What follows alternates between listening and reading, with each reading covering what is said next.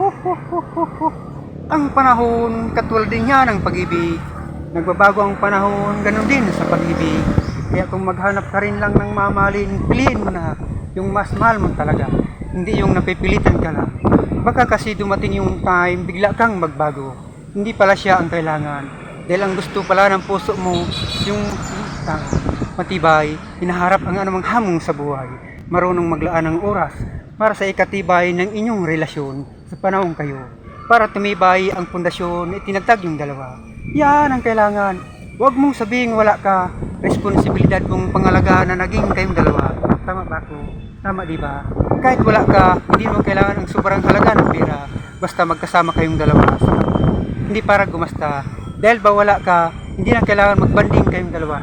Dito sa lugar na to, baka gusto nyo, magkakasama nyo pa si Makata. Pero lagi nating tatandaan, sa pagpili ng mamahalin, dapat laman. Laman ang puso mo at isipan, mahal mong tunay, hindi yung napipilitan ka lang. Piliin mo yung taong hindi nagbabago, hindi katulad ng panahon. Piliin mo yung taong kaya kang ipaglaban, sa totoo lang, kahit hindi niya kaya, mapipilitan siyang lumaban, dahil sa'yo lang. Ganyan ang tunay na pag-ibig, mamahalin kang tunay.